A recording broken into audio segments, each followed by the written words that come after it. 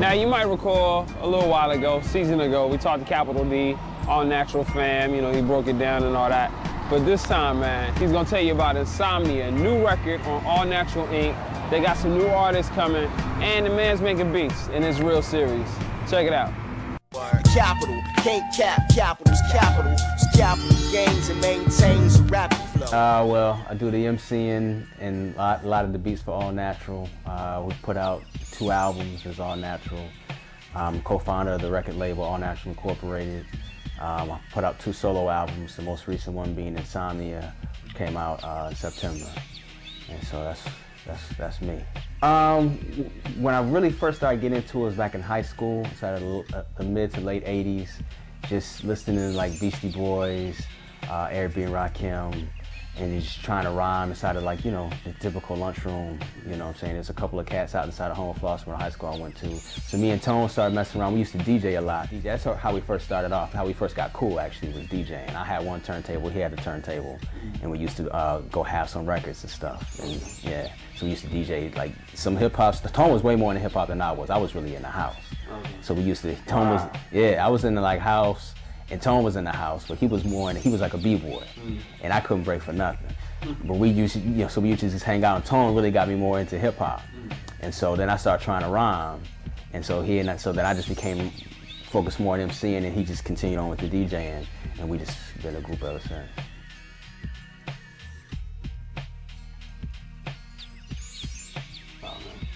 It's all about basically trying to speak on some subjects. I think that I mean, I like all the All Natural stuff we've done. I like my past album, Writer's Block, but I wanted to just really focus in on politics and focus in on like current issues and like big picture stuff instead of just focusing on just stories, you know, personal stories, which are important. I wanted to focus in on more ideas and subjects with this album, and really in an intense way. And just trying to basically, like, if you had a book on vinyl, is what I wanted it to be like. Yeah, this is the first album that I did all the beats on. Like, even if my first quote-unquote solo album was really me and the Mo Man. The Mo Man did all the beats, I wrote all the rhymes. So this is the first time that I just flat out just did all the beats. We've been making beats since really around the time I started rhyming. I mean, like when Tone and I first started doing stuff, I used to make the beats, so that's like late 80s. And then, so you know, when we got signed to Wild Pitch, the stuff that we had sent them inside of the mid-90s, I did the beats to those. I did almost all of the first No Additives, No Preservatives. I did almost all the beats to those except for like maybe like 4 of them.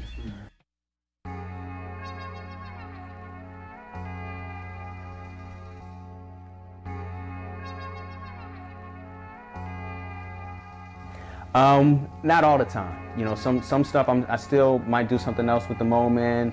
Like the new All Natural record, we just finished All Natural record that comes out inside of February. And I only did 1 beat on that album. So, you know, I don't feel the need to always do all the beats. Basically, we just gonna, you know, with All Natural and with myself, sometimes we just pick whatever's the dopest beats. And if my beats are the dopest, then fine. If my beats aren't the dopest, then, you know, live with it, make better beats. But sometimes, you know, for real. So, you know, you don't want to just, people get selfish and greedy and want to keep everything to themselves, and the record don't be high. So I want to, whenever I have enough dope beats, then I'll put out a record with only my beats. But in the meantime, I'm still writing, and so if I'm writing something to, you know, to somebody else's beat, a Taiwan beat or something, then I'll just write to that, record that, and that'll come out on something else.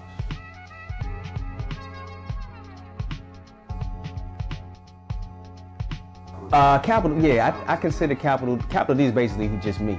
And so, like, you know, I read that kind of stuff, but at the same time, I like just hanging out with my wife. You know what I'm saying? I like playing basketball. I like, you know, I'm happy, you know, so it's not all just dark and gloom and politics and serious, you know what I'm saying? My personality is all these things.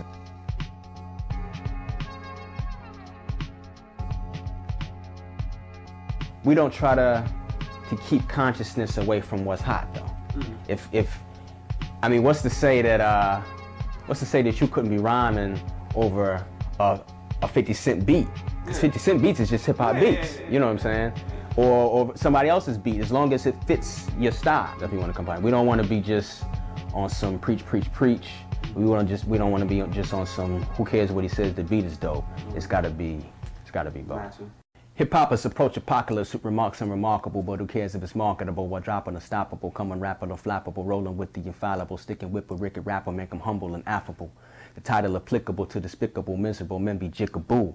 I run through them like an obstacle course, it's the cap. You could be white and be black, but if you acting like a nigga over a crack and get back, they call me African American, that's an oxymoron. I don't follow Farrakhan or perform at the Aragon, and like Harding to Carrigan, we could put on some hits.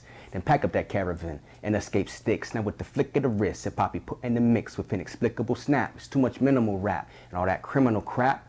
I'm a venerable veteran, a vital embedment. Never time I like Edison, make my living the editing and it's medicine. From Lisbon to Lebanon, like minded or loving at every building that I've been in, not to speak on the government.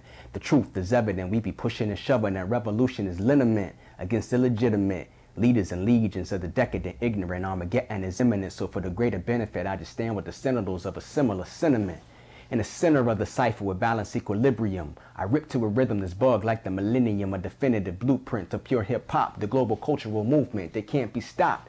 That's the ish that gets dropped, the mind of men that get mopped, and I the chatter or cease.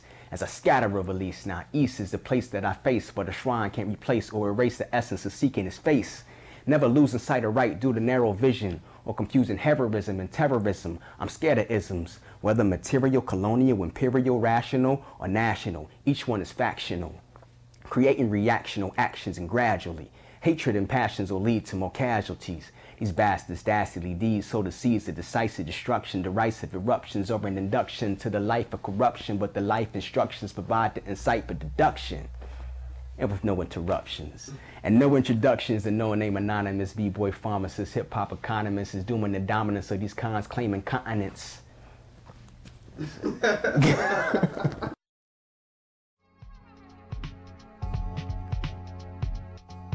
Yeah, well, I mean, the Wild Pitch situation is we had tried to get a deal for a long time.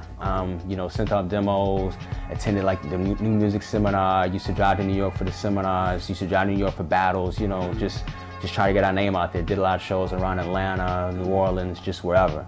And so we had a hookup through DJ Eclipse, who's now with Nonfiction. Right. He used to, you know, run Fat Beats. So he was the DJ for MC Search. Okay. MC Search became the A&R for Wild Pitch. And so basically we got our demo tape to Eclipse, gave it to Search, and Search, you know, liked it, asked for more material. And so then we came, I was in school at the time, so I came home for a weekend, like, just like bought a ticket. My parents to this day don't even know. I just came home and stayed at the studio for a weekend. We knocked out a couple more songs, sent them out to them, and they were feeling it, and so they signed us. And so we got our little budget to put our record out, but in the midst of trying to put the record out, Wild Pitch went bankrupt. Wow. And so the record never came out, but the song that we cut off of that money was 50 Years. And that was gonna, yeah, that was on our demo tape to come out on. That's what we got signed off. It was like 50 Years, and a couple other songs that still never come out.